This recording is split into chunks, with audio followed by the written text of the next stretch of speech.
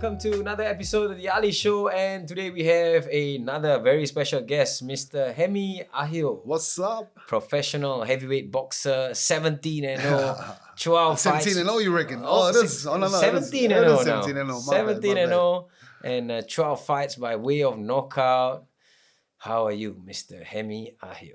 Ali G in the house. No, I'm well, brother. I'm well. Thank you for having me. I'm the worst person to have a conversation with, but thank you for having me, bro. Bro, I think that it's funny you say that because off camera, we usually have a lot of good conversations, bro. But that's usually off camera. On camera is a different story. There is no camera here. Gotta be a bit censored. Gotta be a bit censored. Yeah, there's no camera here. I think that's like sometimes like some people actually tell me about that. Like they actually better off camera, but I don't know. Like usually it takes like 5-10 minutes when you're comfortable, bro, sitting. This is the difference. Like now when we're sitting here and doing like you talking directly to me kind of thing. But when you're interviewed by someone and the camera's on you, the person's holding the mic that's there. different, bro. You know, it feels different, bro. It definitely you want to does. like slap him a little bit, but you can't. So you Like, just gotta play it off. You gotta play it off, bro. Like the bro who does combat TV, the bro who always comes to the gym and he records the guys. Tony. Yes, Tony. Yes, Yes, I like Tony. He's usually not in the film. Like he's usually behind and recording. You know what I mean? So it's like different when you go, oh well, that's what I feel anyway. But anyway, Hemi. I'll tell you what, I'm a little comfortable as I came out and the eggs and the steak. The steak and eggs got me. The steak and eggs got me. I saw that. I was like, oh yeah, I'm good. I'm at home. That's the one. You gotta be treated like a guest. You know, you gotta have the good food. But anyway, Hemi, how are you, man? I'm good, brother. Same old. Just recovering from some things. Yeah, but I'm good. I'm good. There's a lot of things that I want to get into, man. But anyway, before we start, Hemi, for those who might not know who you are, could you give like a brief introduction about yourself? Hey, what's up, everyone? My name's Hemi. I'm a dancer from. I do a bit of boxing with all the boys out at CKB now. Yeah, I've been doing this since 2012. Still a baby in the game. That's like, that's 9 years. 9 years in boxing. Yeah, that's about all I can tell you. Hey, anyway, Hemi, like, what I want to ask is, you just mentioned a little bit about like, only 9 years in the game, but 9 years is actually a long time. But what I'm interested in is like, how did you get into fighting or boxing, or how did the whole thing come about? I've always liked. Hey guys, stop letting your body go on in pain and feeling sore all the time, man. Start putting some deposits in your health bank and take care of your vessel. Go get yourself an amazing massage gun from Sharpened Recovery. It's a very affordable and lasts a long time. Highly recommended. It probably costs less than 5 meals outside and definitely cheaper than a pair of shoes. Instead of getting something that's going to be on your feet, why not get this massage gun to massage those feet and legs? Go to sharpenedrecovery.com and use the code AliChannel for 20% off your guns. Yes, 20%. You can thank me later. So what are you waiting for, guys? Go get yourself some amazing gear. I've always liked watching fights. I've always liked fighting. I've always liked a little bit of trouble coming up. Yeah, it's good fun. And David Tua was the one guy that we used to always watch. We used to get around Modi TV. I think before Modi TV, he used to air his fights for free on, I think it was Channel 4 or 2. And we used to watch him. And the last fight that I seen him fight was the Barrett one. That was for free as well on New Zealand on air. They aired it on free TV. I think it was free TV. Wow. Yeah, not free TV. It was, I don't know what the channel was, but we used to watch him a lot. Yeah, and I've always wanted to have a go. I wonder what it feels like to get hit from someone like that. Like, you know what I mean? I wonder. But yeah, anyway, down the line, 2012, I went over to David Tua's gym for about that whole week trying to catch him at the gym. So I went in the first day and there was like kids doing the training. And, oh, David Tua just left. I went the next day. So like for 5 days, Monday to Friday, I went over to see if I could see him. And I didn't. But he had his little car outside, the Beetle. Yeah. What is that? He had his car outside, the awesome one he had. It was parked there, but he wasn't there. So then my uncle found out about me on that week trying to get into boxing. And apparently he knew this guy that he grew up with that used to do random backflips and doing karate stuff back in the islands. And he said, "Oh, yeah, I want to take you over to him. Well, I'll find him. I think he's still in St. Luke's or wherever it was." And then the next week, he called him. He said to come over to his house. And then we went there. And that's when I met Lolo. Oh. In 2012, I think it was February or March is when I met him at his house. You know, he had his kids and that. And then from there, I started training. So I was real blessed to come across Lolo right in the beginning. Lolo Heimuli. Was that when he had his own gym as well, Balmoral Liga? Balmoral Liga was out west when I first went to train with him. He was out west at, I forgot the name of the street, but it was a little garage. One of the boys. Was it the one at the church? No, it wasn't the church. It was after. The one after the church. Yeah, it was out west. The church was just out here in St. Luke's somewhere. I haven't been. But the one out west was at a garage. One of the boys, they had a work thing that was out there, and there was like a free space at the back. And that's where I first learned to throw a jab, brother. Wow. We knew nothing about hooks before jabs, so. Yeah, exactly. And how old were you when you started training with Lolo? 21, bro. 21. Yeah, I was 21. So you actually started slightly later compared to a lot of the other people who were training there. Yeah, I trained a little bit later than them. I fought younger than they did. I'm pretty sure I started fighting younger than they did. We talk about that was the street fighting, bro. The street fighting. Oh, it's good. It's good. Yeah, and like so you probably, as like what you said, were you involved in a lot of street fighting and all that? Like randomly, I got involved in it a lot, just randomly. Like either I'll say something stupid, then I calm back down. Or things, or I'll come across someone that's not from the same area, and then altercations start, and then and then you just start just accepting it as it comes. When you start fighting just randomly, that's good because you're younger. You don't get in trouble as bad as when you leave school. Above 18, yeah. Above 18. I think the consequences for under 18 would be different as well. It would be. So you kind of get away with some things where you can't when you're older. Was that like, pretty common, for you when you were younger? Like, oh, it was. We had to. So I grew up in Mangry, bro. I grew up in Mangry out there in Vine Street, and the older guys they'll come shake you down, beat you up, get you to fight other younger guys, and then they'll get around the circle while everyone's breakdown. They have circles for breakdancers and circle for people getting beat up, like the little kids fighting each other. And I used to enjoy following the bigger boys just to get in there. You know what I mean? Like, oh, yo, come here and have a go with this guy. And they love watching it, bro. And I kind of enjoy the feeling, so. Yeah, but it's different. It's kind of different. I guess now, yeah. That one's like raw violence, bro. Would you say it's like... there's like, is there no rules? Because we don't know what we're doing, we're just trying to protect ourselves. We're just swinging for the hills. It's a different rush from kind of understanding how to slip a punch, you know what I mean? But it's good. I wouldn't say it's as violent. Well, it's bare knuckle. That probably would be worse. Yeah, but you don't know how to use your knuckles, you know what I mean? It's bare knuckles, but you don't know how to use it. Fully use it like how we do now, like, you know what I mean? But it's, I don't know, just the feeling of just fighting someone without even having a conversation before or after is beautiful, bro. Just get out. Just hopefully you don't get shot. That's why it's good to being out here in New Zealand. You don't... too much. You don't see it too much. Yeah. It's not as much, but it still happens. I guess it's why we enjoy it, like fighting out here in New Zealand is because we all grew up feeling that, knowing that feeling and enjoying it, brother. Yeah, because I was talking to on the podcast that I did with Mr. Carlos Alberg. Carlos Alberg. Yes. And he told us some stories as well, how there used to be like fight clubs in the day. Back in the day, you guys were just like a whole group of boys, probably friends, brothers, friends, cousins, whatever. Even at school, they did that. And then everybody would just fight each other and, then, just fight.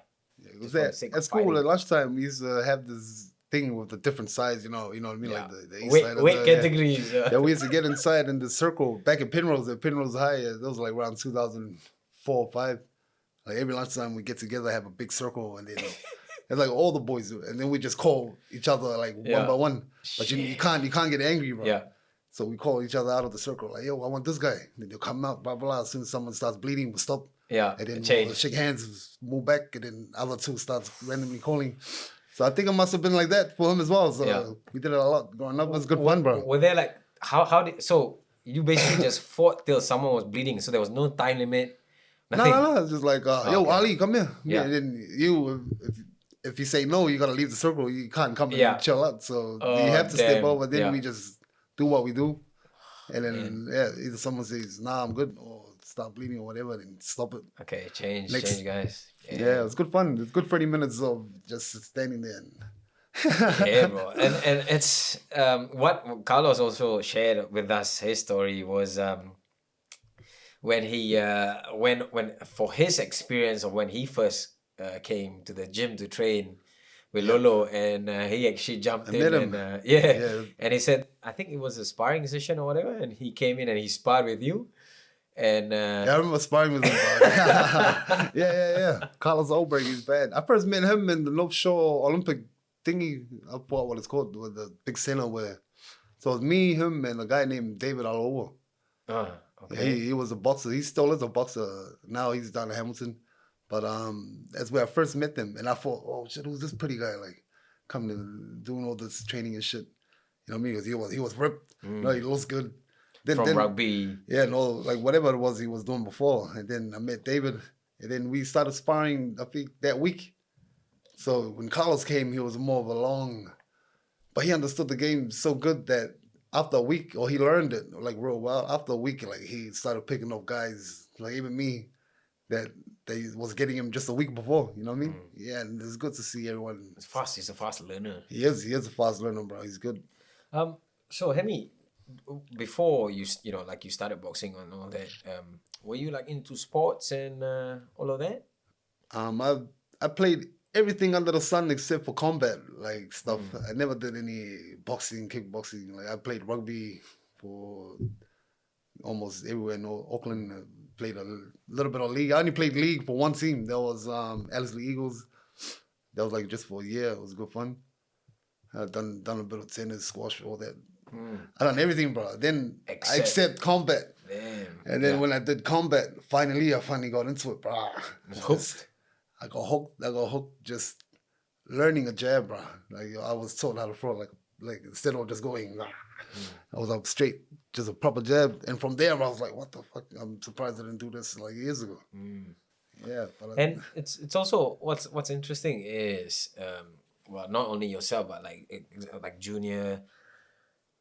You guys started training at a gym that usually has a lot of kickboxers, and you guys just stuck on to just boxing. I wouldn't. Yeah, I didn't know kickboxing was a real thing, bro. Like I thought it was just the movies that you know what I mean, the flying backflip kicks and all that. And then I got into the gym. I didn't meet Junior until a few months after I started boxing. And there was a few boxers, but mostly kickboxers, and there's them who I watched and learned, picked up a lot of the basics from, and now it was good. Were you not like tempted to get into kickboxing and like compete in kickboxing? After first guy I've seen throw a kick was Mika Madiefulu. He was a fighter out of BRG as well. And the first time I seen him throw a kick, I was like, shit, I need to learn how to do that. Fortunately enough, Lolo didn't have to, but I mean, he taught us kicking. I think 2015 is when I finally learned to kick. Really? And bro, once I got that leg up, I was like, bro, this is so good. Everything about it, just striking, like, you know what I mean? Yeah, I enjoy the wrestling in that, but like different, like not together as like striking different from all the wrestling, the grappling stuff. You know what I mean? So when you started with training with Lolo at Balmoral, and how long after you got into boxing did you start like competing and all that? I think I had in 2012 I started training like early around Feb. So I think after almost a year, 2013, I had my first. It was a corporate fight out of Mangry. It was at a Mangry Tavern. I won that one, and from there I was like, oh, I just wanted to get in there and just have a little play, like see like fighting what it's like fighting inside like an actual ring, like controlled environment. and I enjoyed it, bro. Like I wanted to, I wanted to just go pro after. I wanted to do amateurs first for Tonga. I wanted to fight. I wanted to fight for Tonga at some stage. But then after that first fight, Junior was already here. He was still representing Tonga as well. I didn't want to have to fight him. I didn't want to get beat up. At that time, I didn't want to get beat up from him. So I was like, you know what? I'll go pro and give it a go. Like might as well. Was that?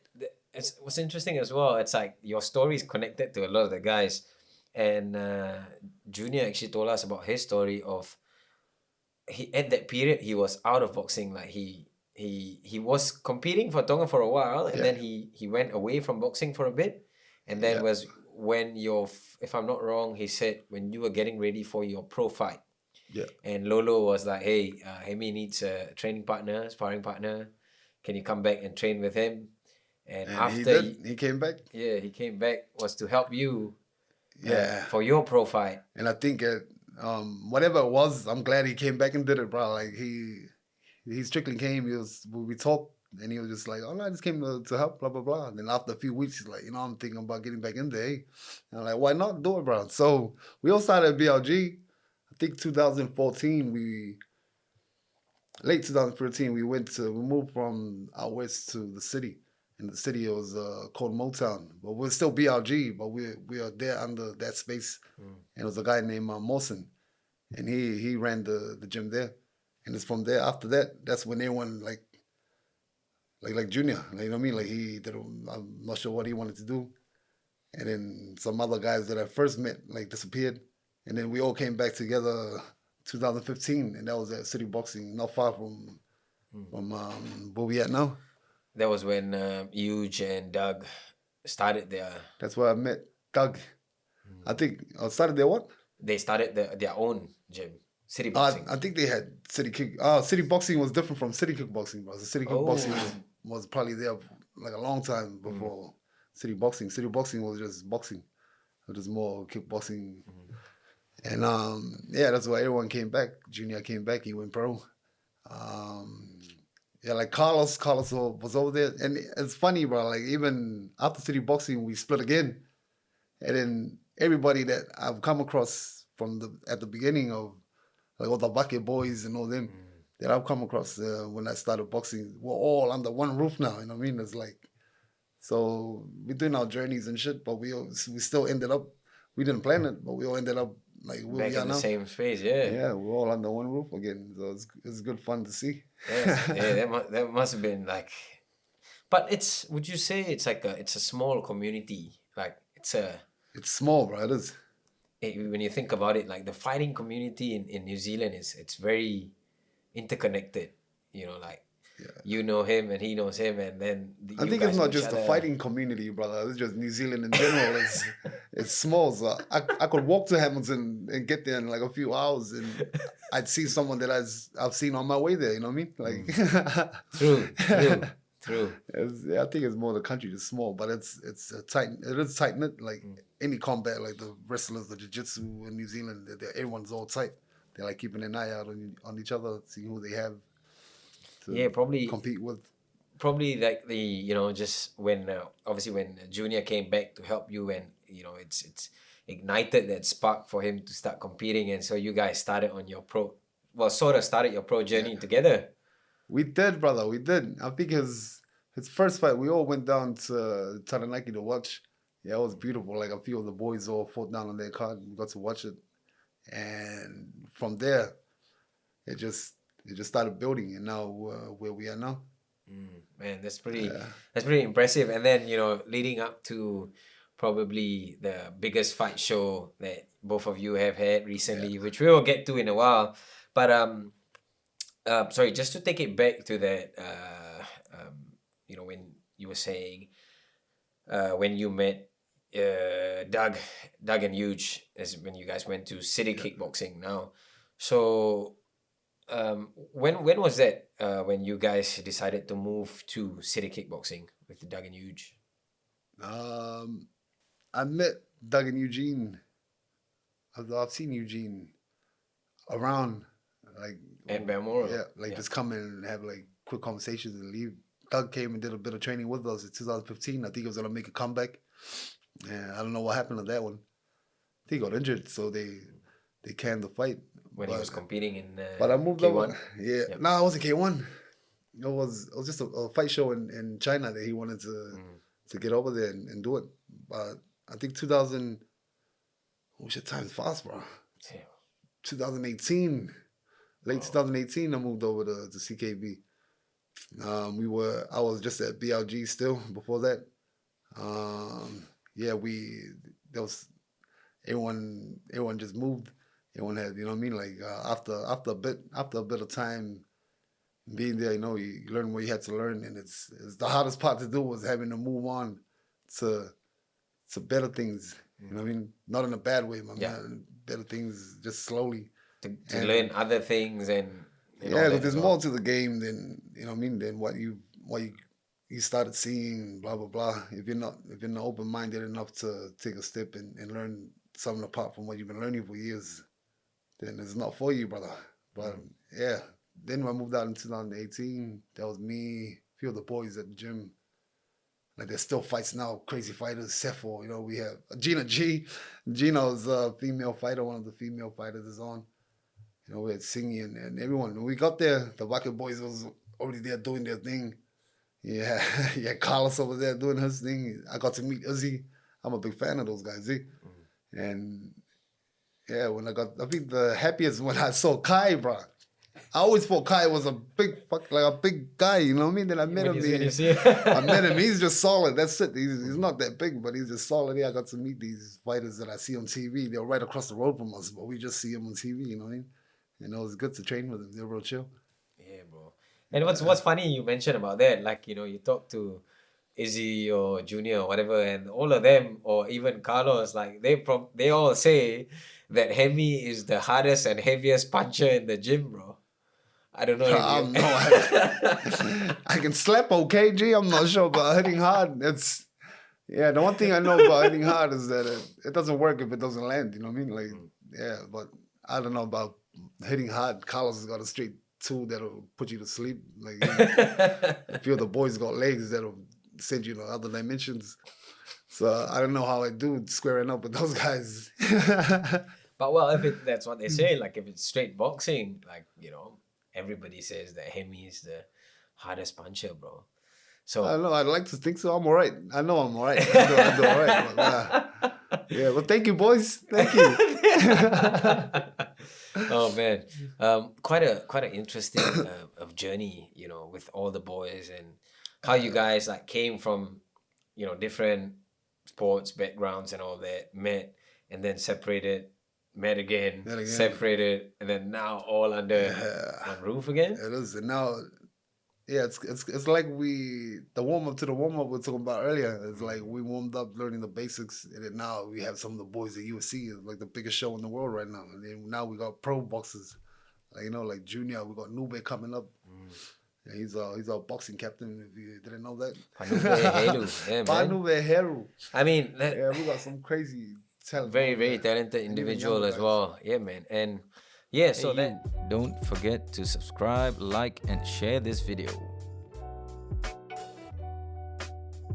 Yeah, so fast forward to a couple weeks, five or so weeks ago, where you guys fought on probably the biggest event so far in your professional fighting careers, man. How was that whole experience for you, bro? Oh, it was good fun. Bro, I don't know if I told you yet, but like I was sitting with Kevin Jusey. We were sitting way out in the back, bro. But we were sitting together and watching the fight, and it was crazy, bro. Like, cause we were sitting like quite far up top, so you could see everything, literally bro. Everything. And bro, like it was packed, bro. You know, heaps of people, huge arena. I think it was close to 8 over 1,000 people. That I don't know how many people was over there watching, but I knew it was like pretty packed in there. It was. It was good. I think I went to like search up the official numbers of the capacity. I think the gate was like 8 over 1,000 people. Yeah, that was it's a lot, bro. I'm glad I was on that night and not like the day after. We had that shit locked down. Bro, talking about that. Kicking during the fights. Talking about that, like, man, the announcement or the alert that we all got on our phones was during your fight. Oh, it was during my one. It was during your fight, bro. It was in the middle of one of the rounds. I can't remember what round it was, but I don't know. That was what I was gonna ask you. Did you realize that? Nah, Bro, because when the alert came out, like, and then you and Julius Long were fighting, and then everybody just started like making noise, and they were starting to boo. Yeah, we got alerted before my fight, like at the back, in the back, just as I was getting warmed up. Okay, by like official people. Like those guys are like, oh, blah blah blah, lockdown at 12 or whatever it was. I'm like, they probably give the alert. I didn't know they called it again during my fight. So yeah, so that's, and then everybody else got the alert on our phones, it was like right in smack, in the middle of the round. The rounds. And everybody was like, oh, booing and shit. And I was like, man, fuck, like you're in the middle of your fight now and you hear all this booing, like shit. But you probably didn't hear, you didn't notice anything. You don't even notice it. Every time I noticed was Doug's like shadow, when you're fighting and you got like the view on the side. The silhouette. You just see Doug. And you could hear his voice. Could you hear him like amongst all that noise? Could you hear? Yeah, if you're relaxed in the ring, you can literally hear everything, brother. Like this guy is separate from this guy, and not this guy is separate. But on that one, I could just hear him like calling out the shots. Or what I could hear everything. I could hear the guy on the other corner yelling out to Julius Long to step back, do that hold him uppercut. Frame. So you can hear it when you're all that stuff, and it's like, But once you start fighting, bro, you were just in the zone. You're just in the zone. You just try to just enjoy it. Bro, how was that whole experience for you, man? Was that safe to say that was the biggest event you were fighting at? Like, it probably in terms was of crowd, and it probably was in terms of me and Julius fighting. It was all right. Just us being there was the blessing, though. You know what I mean? That was just us being there was pretty fun for me to fight next to actually Junior. The best part about the fight was the build up to it. Like, I'm talking about like the weeks of training before. Like all the boys were just together, doing the training, killing each other, giving each other shit. And I think to me that was the best part. Like once got up to fight day, fight week, it was just down, everything just slowly coming down. And then you got into the fight, exciting, blah, blah, blah. You kind of feel that adrenaline, that rush real quick. Then it goes away. And it's like, I don't know how to say it, brother. This is like this for me, you know what I mean? Like fighting. Yeah, I just want to get in there and see if I can get hurt. See if I can hurt the other guy. See how long he's going to take that hurt for. If anything, man, what that guy was definitely, he was a tough, Julius Long, he was a tough fella. He was, the shots that you were putting on him, man, that would have put a lot of people down fast. Now he was good. He was good at playing it off, brother. He was good at. That's the experience. Acting like he was not, not injured or hurt. But would you also say like this is what me and Junior were talking about, was he laid on the ropes a lot, which probably helped him a lot to stay up. Oh yeah, like we all knew he was gonna be on the ropes. Just one. Like he definitely wasn't even half as fit as me. Like two was. Bro, your gas tank was different, bro. You had a gas tank energy for days, bro. People think I lie when I tell them I do 12 rounds. Like good, like if they pick it up during the round, I can definitely pick it up more. You know what I mean? If they want to do that, stay inside, I'll stay inside. If they want to box me, I'm sure I can outbox them if I wanted to. Like, but with Julius Long, yeah, he was just good at being tough and playing it off well. You know what I mean? So I remember, I like him. It was good. He was good. He's good. Yeah, I remember we sat down. This was maybe a couple of weeks before the fight, bro. We sat down and we had a chat. And you were telling me about this was maybe even before the fight was announced, bro. I think so. Maybe even before the fight was announced, your fight was announced. We sat down, we had a chat, and I remember you telling me this, man. He's like, man, I think most probably gonna fight Julius Long again. Man, this time I'm gonna knock him out, bro. It was two things. I clearly remember you said that to me, bro. This time I'm gonna put him out. It was either break, like whoever it was gonna be, or like I was really trying to see if I could break some of the ribs or like break the eye socket or something. I would enjoy that. with Julius Long, I didn't go too much to the body, but I was being stupid. I was just doing head hunting. But I swore I heard his sockets there, so it's the only thing I was happy about. Those are the two things I wanted to hurt was either break a rib or the face. And the face looked pretty hurt. So, yeah, He looked pretty banged up, bro. That's definitely, we can say that he looked... I'm a legit heavyweight, cuz. I'm a legit heavyweight. Exactly, man. Exactly, bro. Exactly. And man, what round was it at? Was it round 7? Like 10 seconds left on that last round, bro. Man, I kid you not. When you landed that hook and he went down like a fucking pine tree, bro. The crowd went wild, bro. His balance went first because he tried to hold on to me on the angle. So I just had to push him off. So while he was trying to get his balance back, I threw the hit, and that I think that's what it is. He was off balance, didn't see the punch, and then. Yeah, just pull him up. He went down like a sack of potatoes, bro. That's good fun. That was crazy, man. But man, bro, the crowd. I tell you what, man. That moment there, when the crowd went wild, bro. Yeah. That itself for me was an experience that was like, bro, I'll tell you what the crazy thing is, bro. Ali. You feel it more when you're in the crowd than when you're fighting. As a fighter, as soon as the fight's finished like that. As soon as your heart rate comes back down, it's just another evening, eh, brother? It's just another evening. And then we came back out to watch Junior's fight. My adrenaline went higher than it was when I was fighting. Like when I was fighting, I was chill. When I came to watch Junior's fight, we were all in the back, like, you're more pumped. Get him this. Yeah, you're more pumped when you're watching someone fight. But yeah, I don't know what it is. Damn, that was wild, man. Watching that. Bro, that was crazy. We were just so stoked for you, bro. We was like, man, we're just hoping this guy's gonna go down, bro. When is he gonna go down? He was not going down, and when he finally landed that one, and like what you said, like 10 seconds into the end of the round, people will be like, oh, it's coming to the end of the round. But then he went down, and that was it, bro.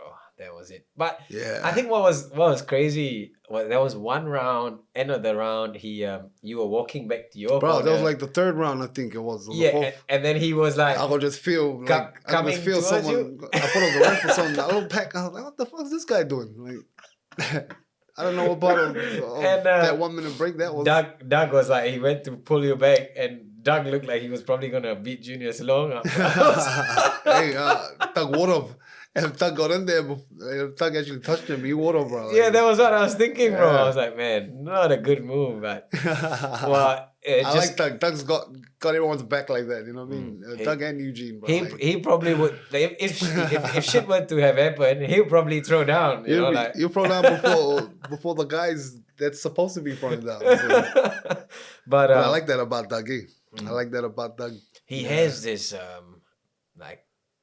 he has this thing with Doug, like, I don't know how to put it, but like, put it to you this way: if you are stuck, if it's you and Doug, and then you got like 20 guys coming to like take your head off, I'll be happy to be right behind Doug, bro. Yeah, you know what I mean? Like, Doug is the sort of guy that you know that he will fight with you till the very end, until it's done. Then you get up and like brush it off like nothing happened. You know what I mean? Then you carry on doing whatever it was. Crazy. That's that type of person, bro. Right? And talk about Doug. He was an absolute warrior himself.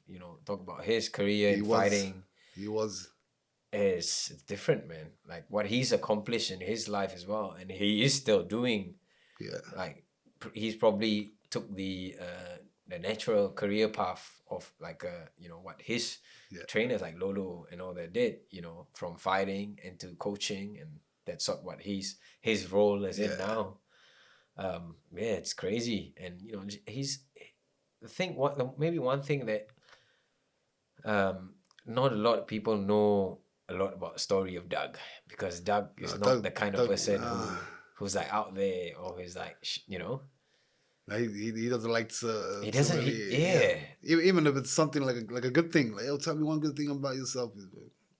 Nothing. Yeah, he won't say it. He won't even say it. He's done so many. I think the best thing I enjoyed about his career is how he had like 2 or 3 boxing fights before he went and fought for like a boxing title or something. Like, you know what I mean? And I was like, brah. It's pretty crazy. Yeah, it's crazy. It is crazy. What was your reactions like for the other boys' fights? You know, well, unfortunately, the issue was like with Nuve's fight. You know, the judges like screwing up on the scorecards, and All then those nut punches that Nick oh threw. man, the low blows, doubled up on those nut shots. those low blows, man. That was man, it No, was it was- clear cut, bro. Like Yeah, it was. I don't know. It's kind of half half. I watched Nube's one before I got on. Was like I knew Nube was a bit injured. He won't say it, but he had an injury with his shoulder. And then, but it was still good to see him get in there and do what he did, even with that shoulder he had. And Nick's always a tough opponent to fight. Like everyone that he's fought is always having trouble. You know what I mean? Trying to stand ground with him. With Junior and then you add the dirty fighting as well. the dirty fighting as well. Yeah, I don't like that the ref didn't call the win on that night, but called it up. I mean, they changed They the changed it decision. like, was it a week after? I think it was a few days or something. Yeah, a few days. They changed it. Like it's never the same. Taking away that win from you. That like, win from you and giving it to you like afterwards. Yeah, that was pretty shit. With the Parker one, it could have went either way. Like if you're more into the aggressive side of things, just coming forward. Parker was doing that pretty well. I reckon Junior caught him, counted him heaps of fucking times. The way I thought he landed Junior a lot of clean. Yeah, Junior would like slip, boom, boom, boom, hug. You know what I mean? Like clinch into it. And then so I guess it depends on how the judges went for it.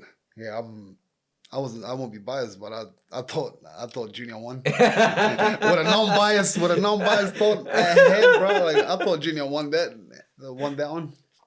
Yeah, I didn't watch the fight again though. That was the thing. I didn't see the full fight again. Yeah, I just went with what I saw. So yeah, that was it. But well, usually the best views is from the ringside views, right? Well, it is. It's It is.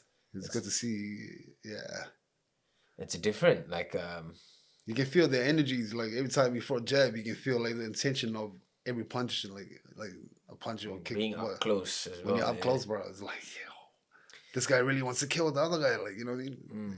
And when the results for that one came out, like, what did you thought? You know, what were your thoughts then? You know, there was quite a big gap that they gave, you know, Parker the rounds. Yeah. No, I didn't really have nothing to say against the judges and their judgment. The judges and their judgment. Yeah. No, I didn't really have any thought on it except disagree. That was it. Yeah, that was the. I think this is the. I don't know what they looked at.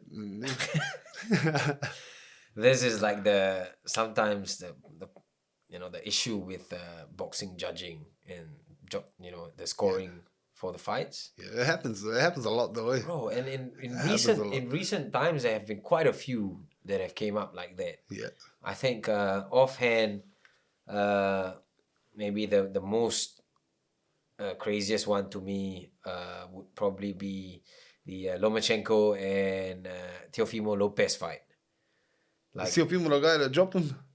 Yes. Did he get dropped? I think he got dropped one, maybe. Oh, he's the guy he lost to? Or? Yeah, I think they went the full 12 rounds, but I think like there was one judge like gave 10 rounds to Teofimo Lopez, or like, man, bro, that was a close fight. Like, I would say like if it went down, maybe like I can't say I saw that one. I've seen that one, but when he went down, bro, you need that is probably one fight that you need to watch, bro. You watch like the full fight without. Sorry, I mean I might have spoiled it for you a little bit, but you watch that full fight and then you watch the judges scoring after the fight, bro. It's crazy, man. It's so far from what the actual fight was. Like you watch it. And, there's so many fights like that goes on. You can only get pissed off at it real quick and then just be like, fuck. Crazy. It's crazy, and like I think that's like the fear sometimes with a lot of boxers is they're very fearful of the fight going to the scorecards. I guess at lighter weights and shit, it would be because the judges would be like more. Yeah, I don't know what it is about judges, and I don't know if they get paid to give, you know what I mean, to go the full. Yeah. Well, this obviously when you get to a certain level, fights are not paid by the minute. You know what I mean? But would it be like in this is a rumor that I've heard. I don't know how true this is, but in in some places they actually pay you by rounds. Is that true? Have you heard of I this? guess it depends on the contracts, bro. Some contracts will get sent to you and it says you get paid like $100 a round or something like that. Yeah, that's an example, like $100 a round, or sometimes it'll just be $800 for 8 round fight. It's pretty much the same shit. But it just depends on what you're negotiating for and all that stuff. That's crazy. And so, okay, we're talking about like contracts and management and all that. So, Contracts. yeah, when you first started fighting, obviously, you didn't really have like a management and stuff like that. No, You not were really. just like, I didn't know what a management was. I didn't know. as a free agent, you just fight and they get paid and Get paid. I like just fighting and get paid and leave, not being like attached to anything. So when did you realize, like, hey, look, I'm at a certain level now. Yeah. I'm like I've got to a certain level. I probably need to have all of that management, and that was when you got like our brothers Steve and JC from Yes, the onto onto sports management. Yeah, like when did you realize there was a need for that? Man, I'm still trying to realize fully now. Like I'm like at 80% now. I'm still trying to understand and like, learn everything on that side of The business. of the business, bro. Because I don't know. I think it was around probably 2018. Like I kind of had a feeling like because I went through the contracts that I was under. Before. I went through it with some of the boys, you know what I mean, and some legit guys, and they'll say, "Well, this is like blah blah blah, this shit. So anything happens, like, and it's on their end, you gotta pay for it. If anything happens and it's on your end, you gotta pay for it still. Like it's like things like that, and like, oh shit, but this the way they play with the words, I guess, and The legal terms and the all the legal terms technicalities. and being us like I'm pretty trusting on motherfuckers, you know what I mean? Like, I'm pretty trusting on them. So when it's given, I'm like, I'll look at them in the eye, and some of them tell it to me straight. Some of them lie to me straight, and I'm like, okay, I'll give them benefit of the doubt. And then somewhere along the line, bro, like when you're able to crack it, they're always there. Like, yo, look at this. But 2018, I kind of realized a little bit, like I gotta be able to put more me into what's in there, you know what I mean? Like on paper. So I think it's a mistake that some of us make. We just agree to everything and not try to put a bit of yourself in there, like, you know what I mean? It's like just buy and sell, bro. Like it's a buy and sell. You gotta like give buy and sell the same value, or you can't drop like this. You can't be like this. It's gonna be close to each other. And how did you meet the guys who you got, like Steve And Tapa JC, and yes. JC, yeah. Steve and JC, they were onto management. They're my managers, and I trained with them. I trained with them at BLG. They were over there with me for, I don't know how long they were over there for, but they came, trained. I think Steve is a purple belt. Yeah, Jiu-jitsu, purple belt. He's a jiu-jitsu. Yeah. Yeah. I used to watch him train with Steve Oliver on that. Yeah. Every now and then I'll see him go train with Steve Oliver. But yeah, we just talked about a few things. I couldn't do anything for a while because of what I was under before Steve and that. They kind of got me on the clear. You know what I mean? They got me. They kind of got me out of it. Oh yeah. They got me out of it because the cunt that had my name that I signed it over to was over in Oz, bro. And he was over in Oz, and he was not allowing me to do things from over there.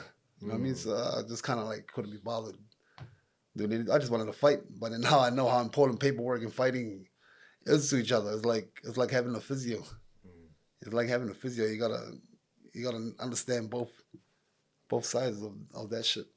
Because that's where, like, you hear a lot about, well, not a lot, but, you have the odd occasion where some fellas, some professional boxers are tied on to certain promoters or managers. Yeah. And then who are not, like, helping them to advance in their career, or they're kind of putting them in the back pockets. You know, like okay, I've got now, for example, I've got like a few guys. I've got my money making guys, and I've got this guy. Like, I wanna push more my money making guy because this guy's gonna make me more money. So this one here, I'm kind of be like, I will deal with him later. You know, that kind of thing. And a lot of you hear some Kind of stories. like Hearns, cuz. You mean Hearns? Put me on one of your shows, G. Matchroom Boxing, Hemi Ahio is ready to go, man. Ready to go. Yo. Yeah, like you know, that would be like one of the, like, you know, talking about Eddie Hearns, he's one of the more transparent promoters. You know, like he has a very good reputation of looking after his fighters, man. He's across the board. Just a good fucking businessman. Like, yeah, bro, he's a fucking intelligent businessman. yeah, man. bro. Like, he You know, feeds everyone on the table. So. you know, you have fellas like, you know, the conmans like Don King, the Don King of boxing, you know, like those guys. And then, you know, I can say now, I can safely say, like, okay, so you have the MMA world and you have Dana White. So everybody knows Dana White is like, he's the king of the MMA world, right? And in this current times, I would say the king of the boxing world is Eddie Hearn, bro. I would say the king of the boxing world right now is Eddie I would Hearn. think so too. I don't think there's like any other. It was his promoters. father. It was his father who's like started the business and all that. But like he's kind of taken over and brought it to like different levels, you know, as a promoter. Look at the fighters he's holding on to right now, bro. Bro, Yeah, I know. like- It's stable. It's crazy. Yeah. And like, you know, people say Bob Arum, but man, let's be honest, like Bob Arum's getting old, bro. I don't know too much about his. And- all I know about him is the Mayweather part. Yeah. that was it. Yeah, but like Al Heyman, I mean, you've heard some stuff about Al Heyman who looks after his fighters, like the Charlo brothers, like, you know, they were making 7 digits even before they fought on pay-per-view. It's crazy. You know what I mean? Like, so you're probably getting looked after. If you're getting 7 digits before you fight pay-per-view, pay-per-view, gee, that's something's right. yeah, it's crazy. Like, Everyone's doing something right. exactly, man. And Hey you, don't forget to subscribe, like and share this video.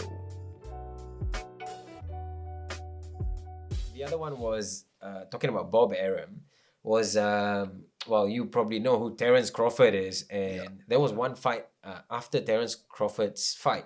Bob Arum said some really stupid comments about, like, you know, he's like sort of complaining about spending money to promote Terence Crawford.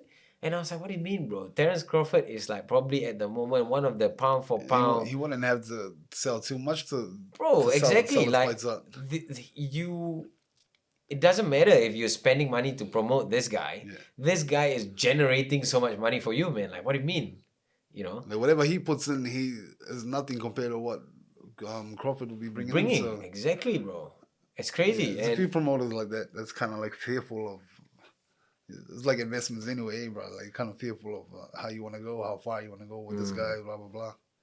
but yeah, like, you know, and this is the boxing politics. I think that's like the other problem between the certain promoters. Like, you know, they don't want to negotiate with this guy. This guy doesn't want to work with that guy, and then that's where you have problems in boxing where the best are not fighting the best because of stuff like that. It comes around like once a fucking every 5 years. 10 Yeah, years, and something like talking about that, we probably sitting on the fence of one of the biggest heavyweight fights in history soon. Is Joshua the and, AJ and Fury fight, bro. Man, that's gonna be an interesting fight. Who do you got on that one? fucking Fury, brother. I always thought Wilder. I thought when they first fought, I thought Wilder would have had him in. I was going for Wilder on that first fight. And then he lost. In the second one, I thought Wilder would come up with something new. But it was actually Fury that comes up. So it's It's absolutely scary new. to see his skill, his stamina as a big dude, his endurance as a big guy. He's a Fury, big bro. guy. He's a big He holds guy, it. He man. wears it well, bro. Like, he wears his weight and his movements and shit well. Which makes it enjoyable to watch. You know what I mean? Like, Very it's gonna be a big interesting, one. I'm going for Fury on this one against Joshua, bro. Like, Joshua have good tools and skills coming up, but he won't want to go to the end like Fury does. Like, you can tell. I don't know. I feel like You think? okay, what I think is like AJ he has handled adversity, Yeah. with that loss that he took against Ruiz. And I look at that and how he came back from that fight and what he did after that. Everybody can, put it this way, True. everybody can fight and they can win. They can be a champion, they can go undefeated. Yeah. Like, for example, let's say Deontay Wilder, he was knocking dudes out all his career. Yeah. And then when he took that loss to Fury, it was a very different guy that came out. It was different that came out. And then you look at AJ, how he handled that loss and how he came back from that loss, bro. And we put a similar example to someone around us right now. I would say it would be like Israel.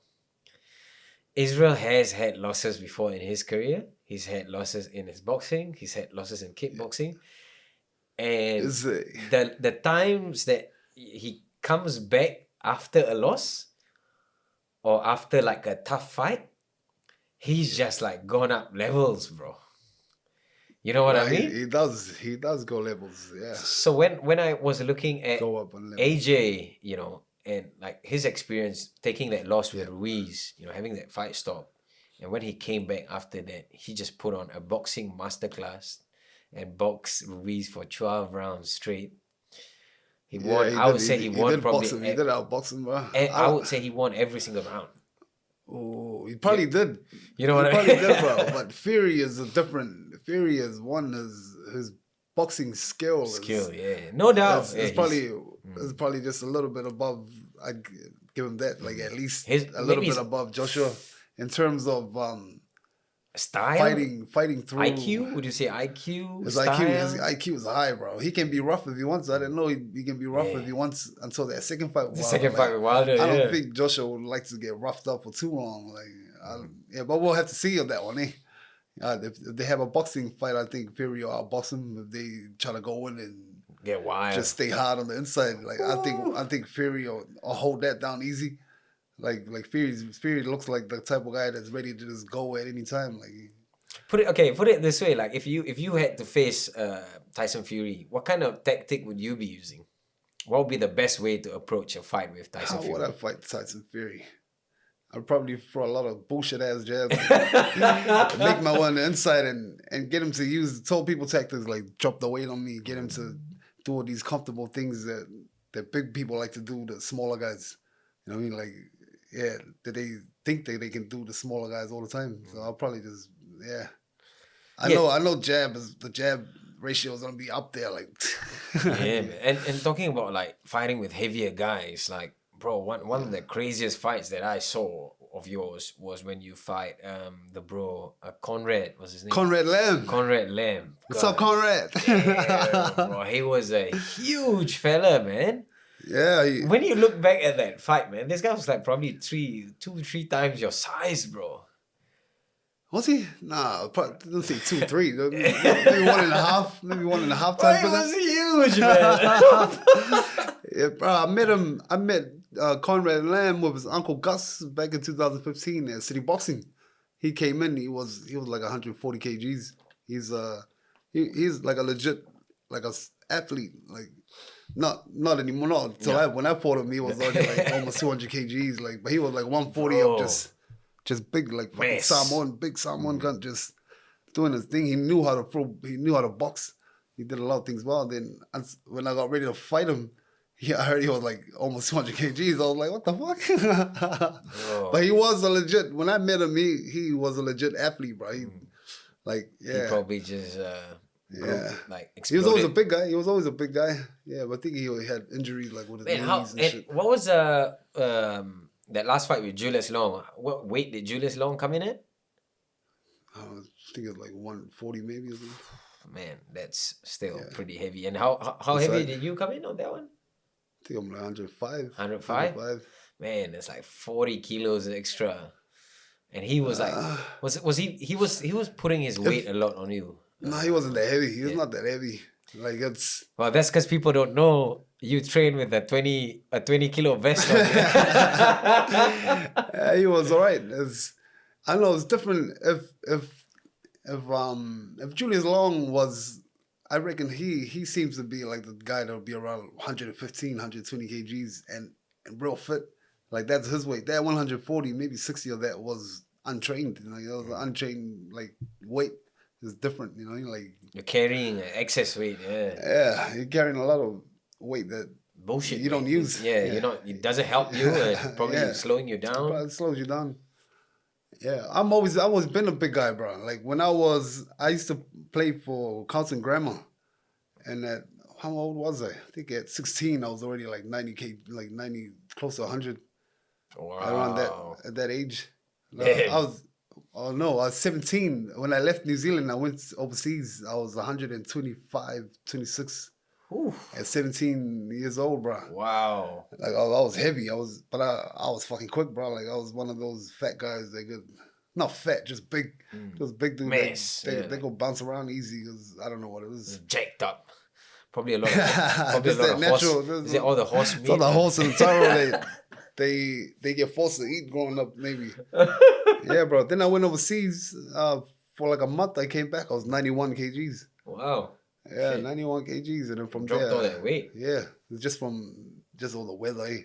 But then I believe that all the size in there is just it was like this can, like this can, bro. Yeah. Yeah, And, I was always big, so But when you were coming up in fighting and all that, when you're learning back in the early days, who did you take like examples from, or where did you take like your style from, bro? Who are some of the fighters that you kind of emulated? but like it was always David Tua. It was always David Tua. Then I learned about Tyson after him. Like I like this movement. It's the reason why I try not to, because he's it's the Tony Tyson. I didn't fucking like that shit. So one would be disrespectful to Tyson because I don't pull it off like 100%. And two was some other stuff. So I had to try and change it. So everything that I've seen and learned and understood over the years, like the last few whatever years I've been training, I try to make it into just be like me. You know what I mean? Your own style, your like own flow. style. Like if I had to do it like imitate Tyson, I probably could imitate him, but I can't. I can never be him. You know what I mean? So Yeah, you'll never be 100% of. But by doing all these different styles of fighting, bro, you have an understanding of body movement. You know what I mean? So if you're doing like a Tyson uppercut, and you gotta be tight knees, your elbows gonna come out to where your knees is at, and boom. You know, so you understand that fundamental. Whereas in a taller fighter type of uppercut would be longer, more open, boom. And how do you generate blah blah blah from that? So that's the martial arts part of boxing, bro. Is understanding. I could talk about fighting all day. And even like, you know, we have had this conversation before where we sat down and we just talked about it, and how like the other one would be, for example, like just that flinching, you know, or that very small movement, but that jerking, what that generates as well. It's like a 1-inch punch all over your body, bro. Like you don't have to focus like you don't have to do like get in a position where you can only do it from this. It's just understanding movement as a fighter. And Izzy does that well. Blood Diamond, what's up, cuz? Oh, Blood Diamond. Blood Diamond is the best example of that. Like he could hit you from here, like this short. Or he'll be all the way back here, like because he understands the movements. It just comes off like cool when you watch it. You know what I mean? And he does stuff like he has his like awkward style. Yeah, he does.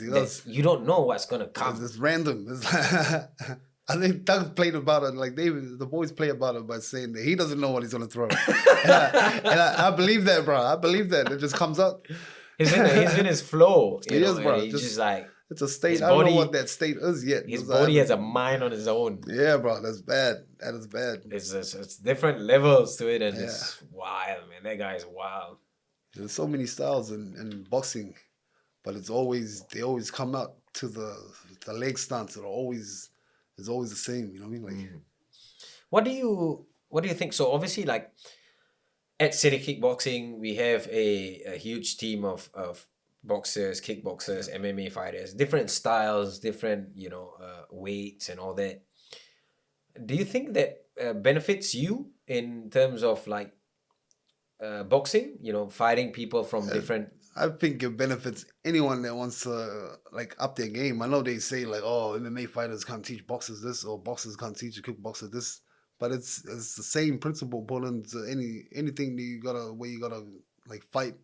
It's the same principles. Like a wrestling jab will be like a grab and it's going boom, like that. Use that shoulder bump. That's probably to me. I think that it looks like a jab, but it's a grapple jab. You know what I mean? That's even a thing. Like it goes hand in hand, bro. You learn so many things. So when boxers have feints, it's a lot different than seeing kickboxers feint. You know what I mean? Because kickboxers will have like 10 feints with the different The different body movements, parts, the looks. the legs, you know, everything. Whereas in boxing, you can take it as a boxer if you want, and use those feints like to your advantage if you find out how. Like, you know what I mean? Like feint your hips. No one's gonna think you're gonna kick in boxing, but they might just react. You know what I mean? They might just react. So there's so many things you can learn from.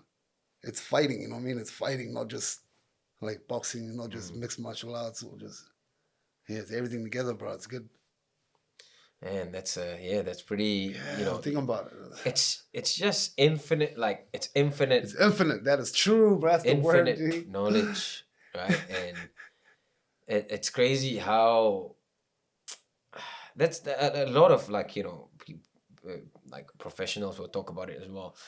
Is the moment you think that you know everything, you're probably in trouble. You probably are in trouble if they start thinking that way, bro. 'Cause it's- You know, you can't every day if you go into the gym, like there's always two things like you'll pick up like, oh shit, like little things. You know, once you train like a little bit, you're able to add those little things to like the missing like pieces of yeah. they're like missing pieces. When you're learning, you just pick, oh shit.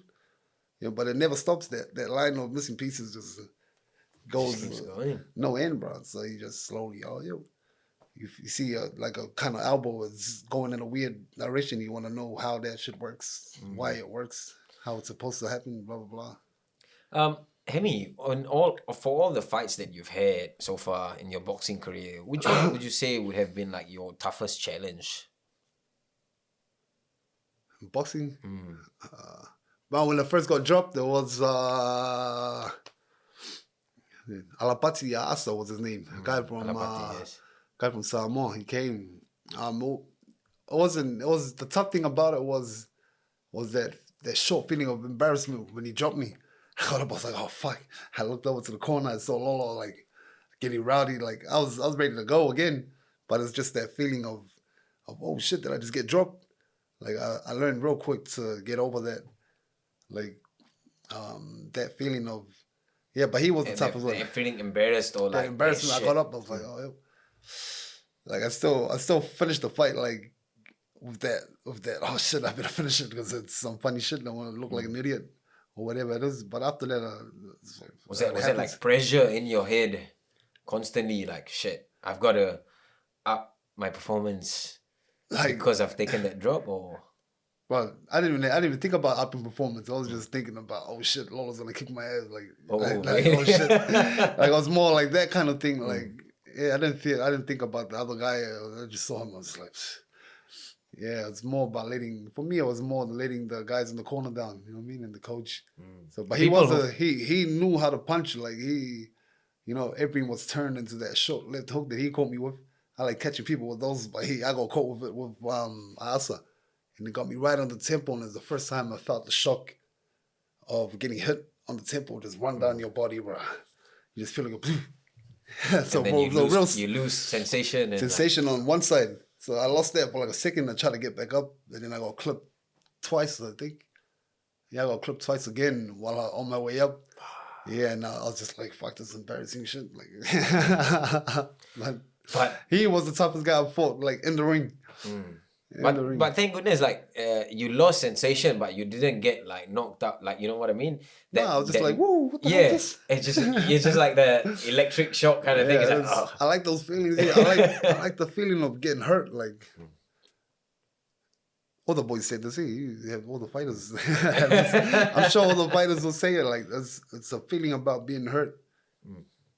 And being able to hurt the other guy while you're hurt, and then you guys come to like a standstill where you guys are both hurt. Whoever wants to keep going is I like that feeling of The one who's got the. I like being taking the deep. I don't swim well, but I like being taking the deep waters, bro. Yeah, but no one's done it to me too much, so I need to get beat up with some bigger guys. You know what I mean? I need to get beat up from some bigger guys. Yeah, bro. So, yeah, I got heaps of shit to prove, eh? Yeah. In the ideal world now, if you could choose anybody you could fight next, Ooh. who would you want to have on the chopping block? One guy I want to fight, like I've thought about him for a few months. Like I really want to fight him. Like it's Tony Yoka, bro. He's French. He's a French boxer. French bro. heavyweight boxer. Yeah. He's like 6'8". He's 6'7" or however fucking He's tall like he a is. tall dude. I think he's like Beautiful boxer, bro. Junior's height, maybe. Nah, I think he's a lot taller than Junior. Yeah, beautiful boxer. Like jabs are on. That tool is fucking dangerous.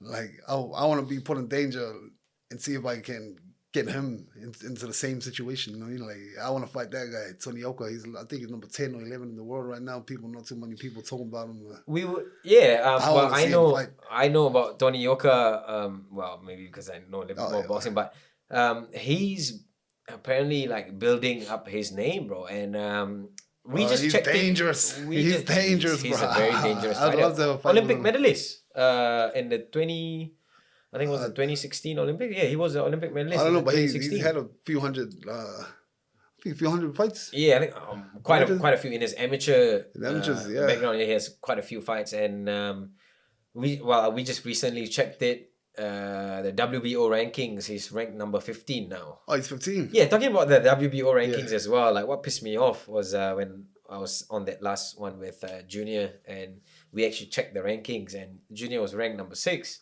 And after he had that, there's a last fight, he was completely off. Oh, bro, I saw that one. I was talking to him about it. I was like, how the fuck that work? He went under me, brother. I was like, that's a massive jump. Like, yeah, like what the heck? What do you mean? How could that? Parker, because Parker was ranked like top 5 or top 10 or whatever, and then he was number 6, and then just that one loss, and he just like, I mean, what are you? How does that work? I have no idea, bro. Like speaking of Parker, he's fighting Chisora next week. And Chisora had 10, 11 losses. Yeah. And he's number 10 or 11 or something. Like, but you know what I think though he's about, in top 15. What about that? What I think about that fight though, Chisora is the money fight for him.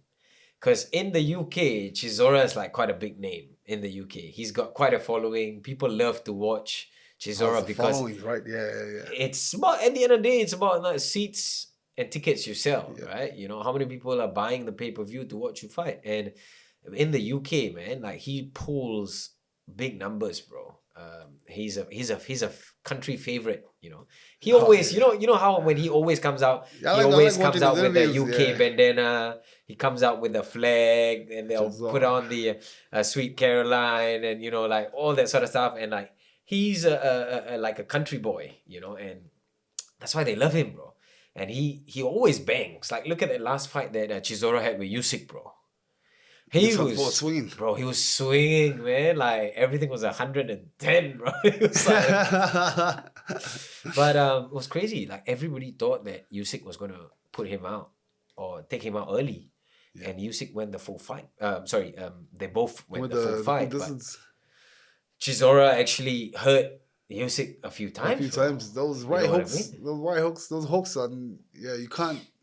I don't know what it is. Usyk is a fucking good boxer. I thought he would have mopped the floor with Chisora too. That's what we thought as well. He couldn't deal with the weight, pressure of just the pressure. And just, But one thing we can say though is like Chisora was working hard for that fight. Yeah, he works. He does work. I like hard. And what was I was talking to Junior about this as well. Was like he has a new camp now. Like he trains with a new bunch of fellas. And he trains with MMA fighters as well, bro.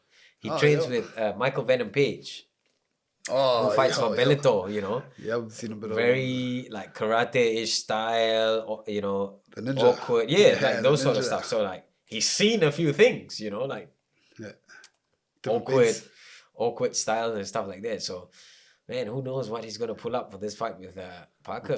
What do you think? I think Parker's gonna jab the shit out of him. I think Parker's gonna jab him, and then Just once he gets the chance, he's gonna throw like a 10-punch combo. 4 of it's gonna land and put him up. I think I think that's how it's gonna go down. I don't know. Yeah. But okay, so you'd say ideal fight for you would be Tony Yoka, but that's I would love to fight him, bro. I ideal, would bro. love to feel that presence of, because just watching his highlights and everything, he's bad, right? He's bad when he gets in there. He's a very talented kid, And man. yeah, I wanna be there in Test the presence yourself, in the yeah. presence of a bad cunt, you know what I mean? Like a bad motherfucker doing his thing, like Tony. And he's still young, you know what I mean? He's young, bro. He's young, so I'd love to get in there with Tony, bro. But it would probably cost a lot of money. It'll probably cost a lot of money to fight Tony. Yeah, that'll be interesting. Interesting way to have. Oh man. But okay, like that's we talk about like ideal world, if you could get what we want.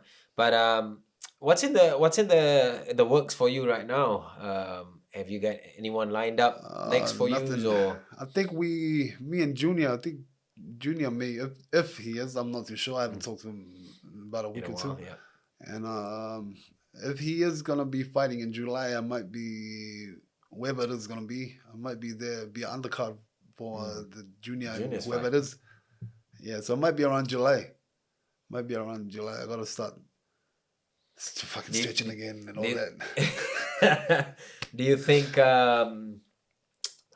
it'll be with this bubble with Australia, probably fighting an Australian opponent, or do you think it's gonna be like in the UK? Oh, I saw US? the Dempsey McKean fight. I think it was Dempsey McKean. He fought. He's another heavyweight over in Oz. He fought someone like a few weeks ago. But yeah, did pretty well. Did you see the recent one? Paul Gallen actually stopped Lucas Brown. Nah. He stopped Lucas Brown, bro. Paul Gallen. Paul Gallen. Everyone the job was looking past Paul Gallen. Yeah, I knew about. I think the build-up was after Paul Gallen fought Mark Hunt. I've seen Lucas Brown calling him out a little bit. I didn't know the fight went down. Yeah, he went I don't know down what just down. recently, and he stopped Lucas Brown. So Fucking Paul Gallen, he's underrated. I told you earlier when I first seen him fight live was against Bodine. Bodine Thompson. Bodine Thompson. Yeah. Hey guys, stop letting your body go on in pain and feeling sore all the time, man. Start putting some deposits in your health bank and take care of your vessel. Go get yourself an amazing massage gun from Sharpened Recovery. It's a very affordable and lasts a long time. Highly recommended. It probably costs less than 5 meals outside and definitely cheaper than a pair of shoes. Instead of getting something that's going to be on your feet, why not get this massage gun to massage those feet and legs? Go to sharpenedrecovery.com and use the code AliChannel for 20% off your guns. Yes, 20%. You can thank me later. So what are you waiting for, guys? Go get yourself some amazing gear. When did that one happen? Paul Gallen and Bodine Thompson. I think that one was 2015. I think it was 2015. That's when we got to meet Bodine, Monty Beetham came through. Like these athletes are legit. They switch over real good, like bro, From especially rugby to from boxing, rugby to combat sports. to combat. Because Monty, every time I see him, I always see him as a boxer, not a league player. I never knew Monty as a Warriors player coming up. I didn't really watch the league too much. And then I seen him boxing. Well, yeah, and now every time I see him, it's always just Monty the boxer. Yeah. It wasn't not the rugby player or any of that stuff. And now he's in the. But he's crazy fit, bro. His work He ethic is, is and crazy. even now, like after he's retired from fighting, and even like he does his gym and all that. Maybe that's why he's really fit. I But think he just doesn't he just stop looks training. like a guy. Yeah, he just looks He like doesn't a stop. guy who always trains, disciplined, watches what he eats. And Yeah, last time I trained with him was a few years ago. He came back from Samoa, and I asked him how his trip was. He goes, "Brother, I'm just getting fat out there, blah blah blah." Yeah, this guy finished training, took a shirt off, boy, he saw. Oh, yo, still got all his six packs and Yeah, everything. it was like 8, bro. I was like, bruh. Yeah, him and a guy named Stariki Maka was one of the only 2 people I've seen who looks like they have painted on abs, like. Yeah. Yeah. Funny Yeah, as they shit. used to take. They used to take their photos with their top off at the Balmoral gym with all their belts. That was him. That was him. Carlos will be the other. Carlos definitely up there. He's with them. Carlos will be up there with them. John on abs, bro. Cairo George as well. Oh, no, we'll leave Cairo out of it. We'll leave Cairo out of it. What's up, Cairo? Cuz? Yeah, man. Good. So that'll be pretty interesting. Hopefully, you know, would you reckon like that's the other thing as well. Probably it would affect like in terms of the business side of like boxing. You know, as being a prize fighter, would you say like the location of where you fight plays a part on how much money comes out of it? I guess it does. I don't know. That's what I need to do. I need to sit down and do my homework on all these different situations going on into a fight. But it's money-wise, I like fighting overseas. Yeah, not because of the money or anything. You just have more of a takeover feeling when you do go over and fight there. Like the last one that you and Junior did was when you guys fought in the US in Utah. Was it in Utah? Yeah, Utah was beautiful, brother. Shout out to the guys out in Utah for having us when we were there. And there was a big community of the the islanders. Massive. Came out. I think they're all Junior's family. Their whole city was all Junior's family, brother. Yeah, it was crazy when we were there. Yeah, bro. They had everything they had everything rated out there. It was good to be have that experience with that type of I don't know what the word is that I'm looking for. Is it the loyalty? No, not just the loyalty, No. just the pride that they have as fans of Junior, as Tongans, you know what I mean? They were just out there doing crazy. I thought they would have had gunshots or nothing, but now everything was traditional over there. It was real. It was cool. It's definitely one of the highlights of fighting in places like that. Seeing people from your culture background, like family, bro, turn up, just support. Yeah, you. just the support and that. Yeah, it was good fun. It feels weird, but man, definitely. I guess for me it feels more weird than anything. I like doing elevator fighting. Everything's just YouTube, but it's not like that. You need to be out there to get the chance to fight. You know what I mean? You need to be more out there to get the chance to fight more and that's all that stuff. The other thing as well, which I don't know. What are your thoughts on about the recent stuff like the YouTubers fighting, Jake Paul, Logan Paul, and all that? Like Logan Paul gonna fight Mayweather and all that sort of stuff. What are your thoughts about that, bro? I think it's pretty shit that they even calling out Mayweather at all, or even saying his name. That's what's crazy is Mayweather is gonna fight one of them. Well, it's already they actually the Mayweather Logan Paul fight was actually supposed to happen because I think they launched the pre-sale tickets, and so they didn't get enough following behind it, so they decided to postpone the fight. And they're probably gonna try to market and sell the fight, like how they did with the Mayweather McGregor fight, bro. Like they did their tours and they sold the fight and all that sort of shit. I think that's different. The Mayweather and McGregor fight, that were like two different beasts compared to not just one person will be a beast, the other person is just making some good money, good publicity. If you think about it, that's like a walk in the park, bro, for Mayweather. It would be, but it'll be shit. But mind you, one of them, they both bigger than Mayweather, though, right? Which one? The Paul brothers. Both better. They're both bigger. Bigger, yeah. No, yeah. In size. In size. I was like, oh, they are shit. bigger, right? Yeah, if they fight, I don't know. Bigger in size, yeah, definitely bigger in size. Yeah, I think they. They won't touch Mayweather, but shit. Yeah, I don't think too much. I watched the one with Ben Askren. Getting knocked out. Yeah, knocked out. Yeah, it was. Yeah. Yeah, Jake hits. The other guy, He can hit. Jake can hit, bro. He can bang. hit. Yeah, he can bang. I just hated to see the athlete guy that's been doing it for years Get knocked out like that. But if you think about it, man, I know a lot of people have different opinions, but for me, what I thought about that was at the end of the day, man, they're making money to support themselves and their families, man, and I don't care. Oh yeah, you can't break a man breaking bread, bro. Yeah, that's it, bro. You he's looking after his family, and I can't, yeah, you know, like what you said, can't break a man because of that. And like, there are some like coaches and veterans who come out and say, look, you can't be angry at these guys. Yeah.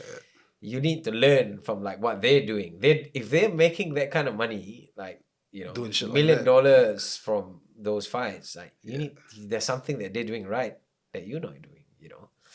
You should probably learn a few things and try to adapt, you know, and try to, because at the end of I the can see that side clearly. Like that side of the conversation is easy to understand. You know what I mean? Like everyone's gotta make a hustle somewhere. But as fighters, bro, like there's be so many people that wanted to fight Mayweather, like, you know what I mean? And this guy, because of like the amount of followers and all that, he automatically gets the right to call out Mayweather and, you know what I mean, make some money with him. it was crazy that the fact that Mayweather even entertained it, bro. And I was like, but if you think about it, like, it's the money team, bro. They'll entertain anything with paper. That's it. Yeah. And plus, Mayweather's not all about money. He's money, and he knows how to take care of business. Where, I think that's just my 5 cents on the Jake Paul, like all the YouTubers and stuff. Like there'll be so many fighters that'll be calling out fighters that they'll be fighting because they're able to with their followings and all that. Yeah, and they just like, it's like, to me, it's like seeing them just step over the guys that's actually in ranks and just be like, because it's that. But on the other side, the making money side, they can make that paper all they want, bro. It's legit. Everybody, you know, is making money. The promoters, everybody coaches, making money. Everybody gets a slice, you know, and who wouldn't want to make money? You know, like, this is money generated. It is. So why not, right? But anyway, I don't want to keep you too long, Hemi. We've come to the section now. Wise words from the wise men. Huh? Who's the wise men there? Who's the wise men there? If you, you know, for all the people who are watching, listening, Hemi, if you could give them any advice, you know, based on your experiences, what advice would you give them, bro? Could be anything, man. Fighters, non-fighters. I think anybody in general is just give yourself a price, do what you gotta do, and stick to it. Like, if you think what you're really good at is whatever it is you're doing now, just do it, put everything into it. Anyone, don't be afraid to talk. You know? Don't be afraid to talk. Something that I'm kind of like right now. Don't be afraid to talk to people, but yes, just find what you want to do and go hard at it. Like, it always pays off. It always does. Yeah, man, that's really good advice, bro. That's really good advice, man. Because, you know, one thing I feel like this day and age is people give up very easily, man. Like, you know what I mean? You see a lot of people these days. I'm always close to giving up because always on the edge. You know? Yeah, you're always on the edge, but you just keep pushing yourself to keep going, you know. And I don't know, like, for me, I feel sometimes like I cannot live a normal life. You know what I mean? Like, I don't know how to put it in words, but like, I feel like in this life, bro, we can do whatever we want. And why, you know, a lot of people are content with living a normal life, you know. So go to work every day, go home, and just go out on the weekends, and, you know. That's not normal though, right? That's just like carry on, like doing the same thing over and over. I don't know. I can't. I feel like I try to change it up, brother. I try to change it up. Like, I'll go, like, right now I'm just working. Doing cleaning and shit. And I don't have to, but I'm just doing it just to get like a different perspective on anything that I'm doing, not just strictly. I'm still training though, but not. It's like my mind is on what I'm doing now. You know what I mean? But it's trying to find a balance is what I'm trying to say. I'm trying to balance out like everything, but there's always something there. Yeah, always something wrong. Definitely. Something and before we go, just the last one. Do you want to give any shout outs to anybody? Any messages to anyone? No, I just want to give a shout out to. Who do I want to shout out to? Just everybody at City Kickboxing, really. You know, from the head coaches to the smallest guys, or and who else? She and Shama, what's up, cuz? That's the physio I was telling you about. Oh, yes. Yeah, shout out to She and Shama. I haven't seen him in a few weeks. He probably wants to kick my ass. Just shout out to everyone doing their thing. That's all I got to say. Peace and love, cuz. Man, Hemi, thank you very much. Thank for you, Ali coming on the G. show. Appreciate your time today, brother. And I wish you nothing but the best in your fighting career and everything you do outside of the ring as well. Definitely looking forward to see you do big and great things, man. And guys, if you stayed this far, thank you very much for listening, and I will see you guys on the next one. Boom! Tony Yoka! Call me out! Call me out! Thank you for watching this episode. Don't forget to subscribe, like, and share. I'll see you on the next one.